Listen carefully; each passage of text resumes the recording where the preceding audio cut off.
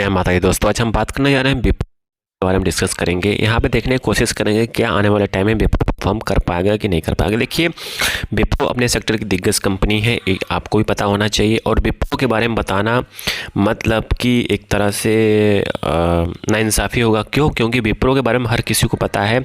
ये बोनस का बादशाह इसे कह सकते हो, और डिविडेंड के मामले में भी ज़बरदस्त है। मतलब कहने का मतलब है कि जिसने भी विप्रो शेयर्स को 10 से 12 साल 15 साल रखा होगा अपने पोर्टफोलियो में, आज वो करोड़पति हुआ होगा। क्यों? इसने कितनी बार बोनस दे दिया, स्टॉक स्प्लिट हो चुका है, और इसके बाद भी लोग कहते हैं कि सर क्या किया जाए विप्रो में। विप्रो में आपको टेंशन लेने की ज़रूरत ही नहीं है, क्योंकि एक दिग्गज कंपनी है और एक आईटी सेक्टर की टॉप 3 कंपनी है, आप कह सकते हो। चलिए थोड़ा सा एनालिसिस करते हैं चार्ट पे। तो चार्ट पे देखेंगे जितनी भी आईटी कंपनीज़ हैं, आईटी कंपनी से स्टॉक्स आप देखेंगे तेज़ी बनी, तेज़ी बनने के लिए वीकली तेज़ी बनी, फिर उसके बाद थोड़ा सा अब साइडवेज हो रहा है। तो इसका ये सपोर्ट लेवल देख रहे हैं, ये वाला सपोर्ट लेवल, ये वाला सपोर्ट लेवल, फिर इसके बाद ये वाला सपोर्ट लेवल देख रहे हैं।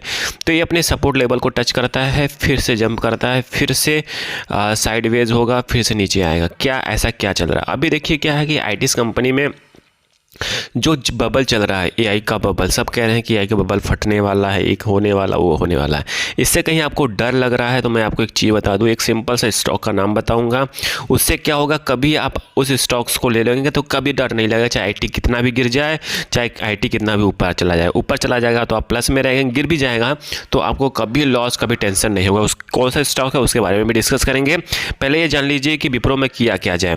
तो यहाँ पर देखेंगे विप्रो में ये स्टॉक अपने सपोर्ट लेवल को टच करता है, फिर चला जाता है और इसी एरिया में ट्रेड कर रहा है। जी हाँ, मतलब इस एरिया कहने का मतलब है कि 250 255 के एरिया को ब्रेक करेगा तो फिर से 275 के लिए जा सकता है। ठीक है, और रही बात अब करना क्या है, देखिए इसमें आप देखेंगे कल के चार्ट के देखेंगे, कल की बात करेंगे तो ये अपने हाई को, अपने पिछले वाले हाई को ब्रेक नहीं कर पाया। अपने पिछले वाले हाई को कहीं ब्रेक करता है आने वाले टाइम में तो ऊपर की साइड में जाएगा, और निचले वाले अपने लो को ब्रेक करता है तो नीचे के साइड में ट्रेड कर सकता है। एक कौन सा, ये जो लास्ट कैंडलस्टिक बना उस पे मैं बोल रहा हूँ। ठीक है, चलिए वीडियो कंटिन्यू करने से पहले हम आपको बता दूं कि आप हमारे चैनल स्टॉक मार्केट ट्रेडिंग पहली बार विजिट किया है तो जरूर सब्सक्राइब करिएगा। लेटेस्ट और जेन्युइन इन्फॉर्मेशन पाने के लिए यहाँ पे जो भी बात करते हैं लेटेस्ट और जेन्युइन इन्फॉर्मेशन साथ बात करते हैं, जहाँ पे आपका पैसा बन सके, कुछ सीख सके, कुछ कमा सके। चलिए विप्रो को कंटिन्यू करते हैं और जानने की कोशिश करें कौन सा ऐसा स्टॉक्स है जहाँ पे हमें पैसा लगाना चाहिए। और देखो यहाँ पे डिस्क्लेमर के रूप में मैं आपको बता दूँ, यहाँ पे बाय सेल का रिकमेंडेशंस नहीं है, जस्ट एजुकेशन पर्पस से इन्फॉर्मेशन को शेयर किया जा रहा है।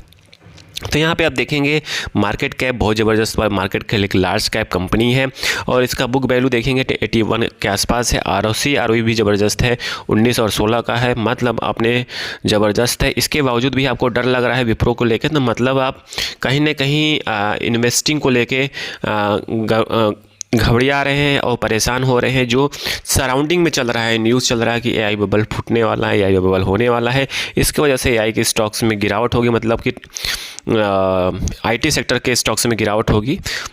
तो इससे डरने की कोई ज़रूरत नहीं है। क्यों नहीं ज़रूरत है? क्योंकि मेरे पास एक ऐसा स्टॉक्स है, उस स्टॉक्स का नाम बताऊंगा तो आप ज़रूर सोचेंगे कि हाँ, इस तरह के स्टॉक्स में इन्वेस्ट करने से कभी डर नहीं लगना चाहिए।